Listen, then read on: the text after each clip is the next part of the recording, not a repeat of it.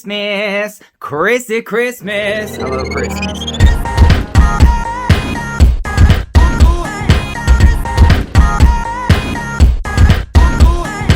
Sup, y'all? It's Chrissy time. Chrissy Christmas. I love me some Christmas. So we're going to be making some Christmas ornaments. We got about 10 we're going to do. I'm going to start pouring them and making the molds tonight. Probably ain't going to show all of them. I don't think we're going to get all 10 on video. But yeah, we're going to make some molds, get them out there, get them turned. We got some kits. So these are our kits we got here. A little 10 pack of these bad boys. They come with tubes, and they also come with the hardware for the ends and to hang it with. Pretty cool little kits. These are some junk I got probably from China. I also got some extra tubes so we can go longer. We're going to start making some molds, getting some stuff in the resin here tonight. Definitely going to hit this pine cone tonight. Going to be using 2 different types of resin. You can see I got 2 different types over here. Got our deep pour and our super clear. Super clear is a lot thicker, so I'm afraid with things that have small nooks and crannies it might not be the best. Deep pour, stupid thin, so it works really well for stuff with nooks and crannies, but it takes forever to cure. So I'm going to do everything that needs deep pour tonight, hopefully, so we can get these knocked out and I can get this video up. So here we got our pine cone. We're just putting this on some corrugated plastic. It's the same stuff they use to make like political signs and things like that, all the garage sale signs.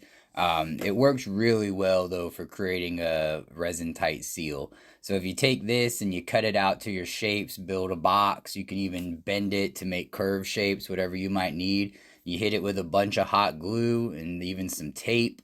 It's going to be resin tight. So here we go, gluing our pine cone down. I went and smoothed out the back side of it so that way it's not as curved, so I can get a little bit of hot glue on there and keep it from floating.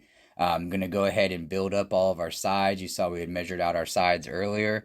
So once I have all those sides glued up and I feel like they're pretty secure and tight, you can see you can hit it with a little air to help your hot glue cure faster. But once everything's all glued up, I'm going to come back in with this red tape I have called tuck tape. I guess it's a play off duct tape. I don't really know why it's called that, but that's what it's called. So you can see it here, tuck tape.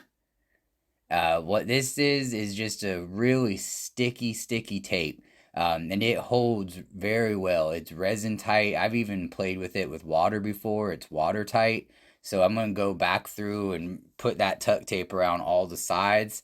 And that's going to make sure we have a really good, nice, tight resin seal. Once we get all the edges sealed up and I feel pretty good about it, we'll go knock up some resin and we'll pour some resin on this puppy.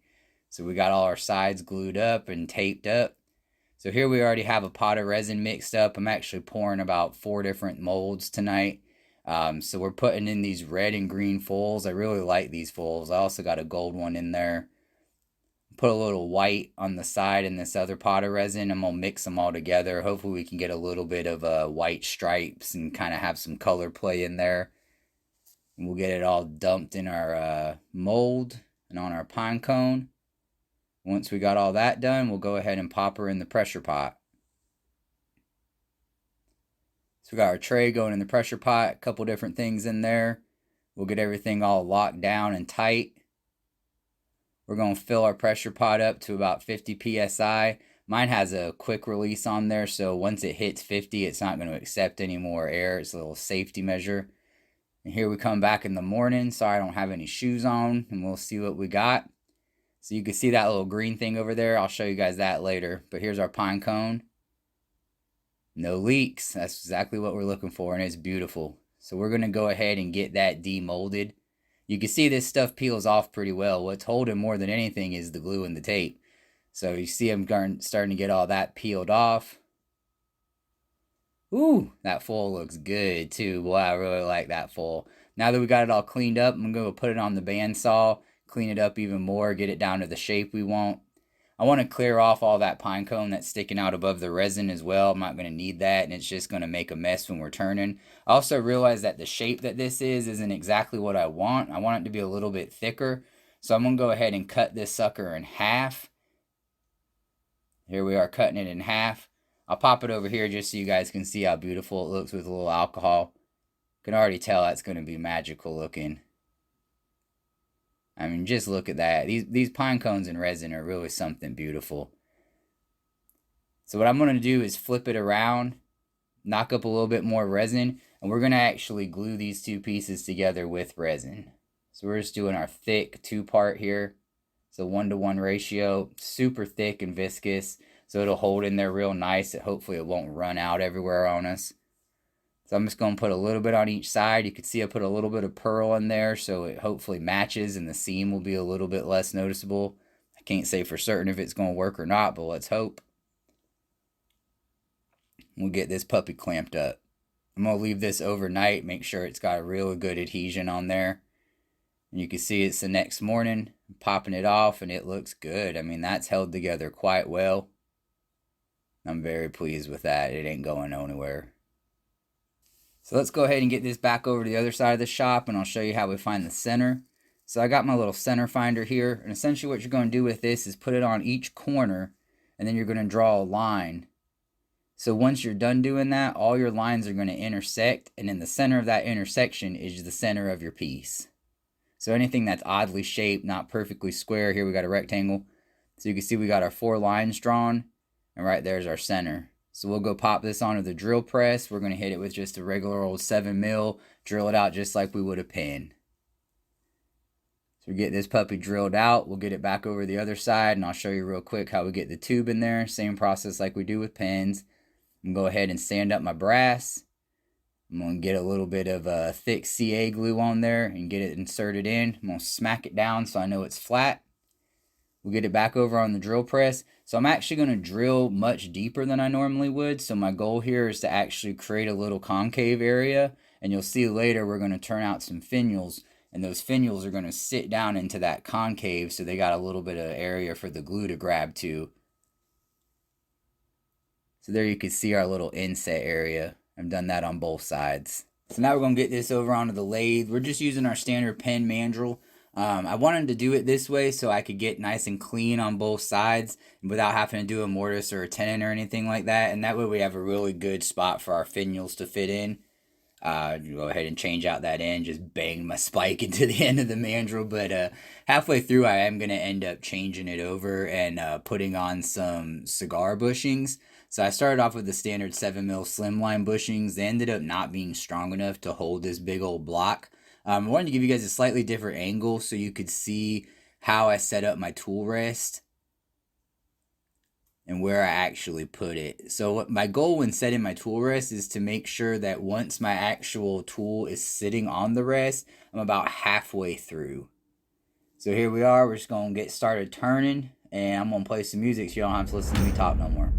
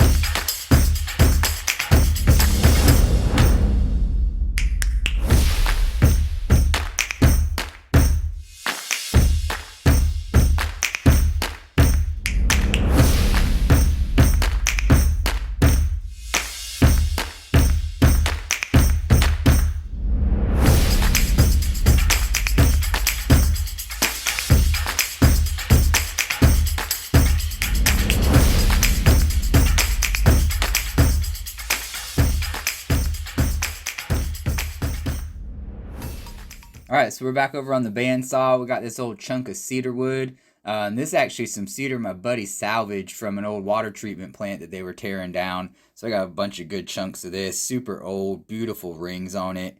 You gotta love that old wood before all this factory wood that came out too quick didn't have time to get good rings.